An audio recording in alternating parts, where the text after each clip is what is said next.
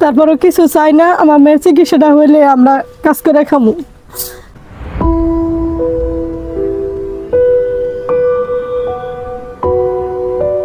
তার নারী সমস্যা, সব নারীর এক জায়গায় জয়েন, সেই জায়গাটা মানে পয়সা গেছে। মানুষের জন্য জীবনের জন্য একটু সহানুভূতি কি মানুষ দিতে পারে না?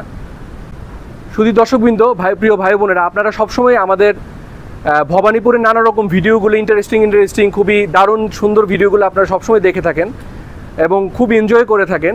ভবানীপুরের ঠিক পাশে গুচ্ছ গ্রামে আজকে আমরা এসেছি এবং এখানে আমরা এসে যেটা দেখলাম, আমরা 2-1 দিন আগে জানতে পেরেছি এই যে সুরাইয়া, এখানে আমার সাথে এখানে দর্শকবৃন্দ দেখতে পাচ্ছি সুরাইয়া একটি জটিল রোগে ভুগছে। সে তার খাদ্যনালীতে পরপর এখন পর্যন্ত 3টা অপারেশন করা হয়েছে তার খাদ্যনালীতে।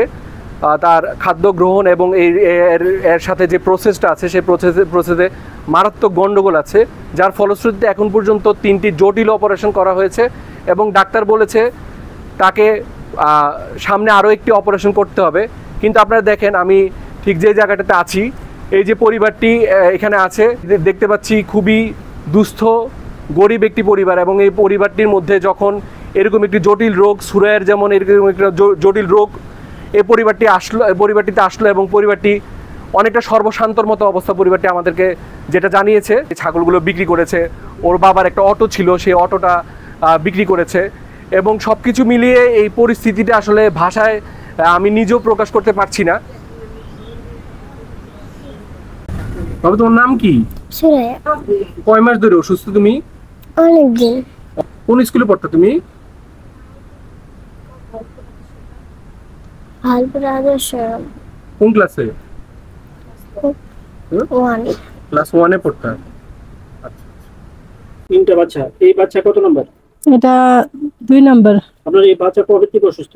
আমার এই বাচ্চা 3 মাস হয়ে চলতেছে। এটা সমস্যাটা কি? এটা সমস্যা হঠাৎ করে পেটে ব্যথা।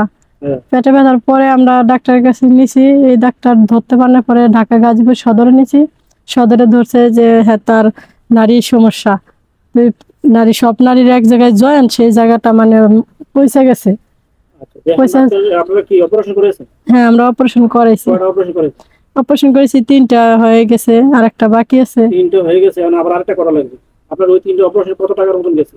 কত টাকা তো বলতে আমার যা ছিল সবই শেষ, মানে আমার আর কিছু নেই। আমার হাজবেন্ড একটা গাড়ি চালাইতো, গাড়িটা বিক্রি করে দিয়েছি। হ্যাঁ, অটো গাড়ি, কিন্তু ওই যাত্রী বা অটো না, বড় ভ্যান গাড়িগুলো, এগুলোর দাম আছে, একটা গাড়ি 1.5 লাখ 2 লাখ টাকা দাম।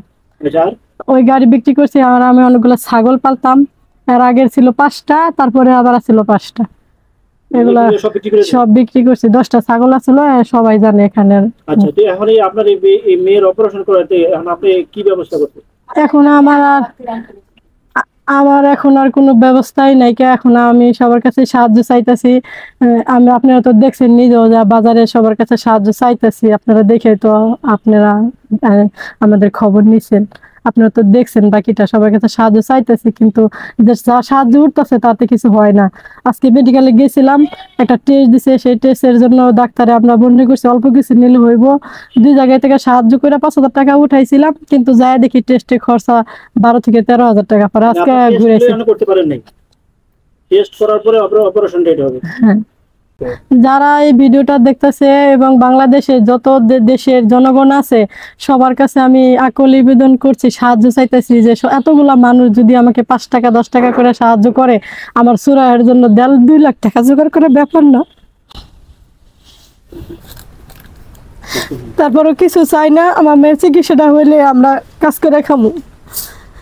কারোর কাছে খাওয়ার জন্য চাই না, আমার মেয়ের চিকিৎসার খরচাটা যেন জোগাড় করতে পারি এবং চিকিৎসা যেন করতে পারি, এটাই সবার কাছে আমার আশা।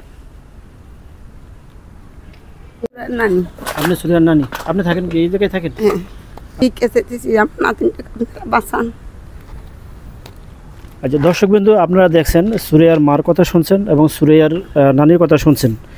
এই পিচ্ছি ছোট্ট একটা মেয়ে সুরাইয়া, তার বয়সটা এখন তার স্কুলে যাওয়ার কথা, কিন্তু আজকে সে 3 মাস ধরে অসুস্থ।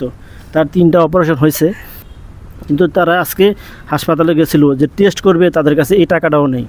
তো এই অপারেশন করতে আরও 2 লাখ টাকা খরচ হবে। কিন্তু তাদের পক্ষে এই টাকাটা সংগ্রহ করা সম্ভব না। তাই আপনারা যারা এই ভিডিওটা দেখতেছেন বা দেখবেন, আপনারা যদি সাহায্য করতে না পারেন তো ভিডিওটা শেয়ার করবেন, কারণ আপনাদের একটা শেয়ারে হয়তো কোনো ব্যক্তি তার এই চিকিৎসা দায়ভার নিতে পারে। তা আপনাদের কাছে আমার অনুরোধ, আপনারা এটা শেয়ার করবেন আর যে যা পারেন সহযোগিতা করবেন। আমরা তার বাবার বিকাশ নাম্বার দিয়ে দেবো, আপনারা তাদের বিকাশ নাম্বারে তাদের সাথে যোগাযোগ করতে পারবেন এবং তাদের সাথে টাকা যদি পাঠান তাহলে আপনারা তার মাধ্যমে পাঠাতে পারবেন। আপনারা যদি আমাদের সাথে যারা নাবিল ভাই আছে, যারা আমাদের সাথে যোগাযোগ করতেছেন, তাহলে আমরা একটা মোবাইল নাম্বার দিয়ে দেবো। কেউ আসতেছেন তাহলে আপনাদের যোগাযোগ ব্যবস্থা, যদি আপনারা গাজীপুর চৌরাস্তা নামবেন, আসা ভবানীপুর বাজার থেকে অটো আপনার গুচ্ছগ্রাম বললে হবে। প্রিয় ভাই ও বোনেরা, আপনারা এতক্ষণ শুনলেন আসলে খুবই হৃদয় বিদারক কাহিনী, খুবই আসলে অন্তরের ভিতর থেকে আসলে কান্না চলে আসে এরকম একটা বিষয়।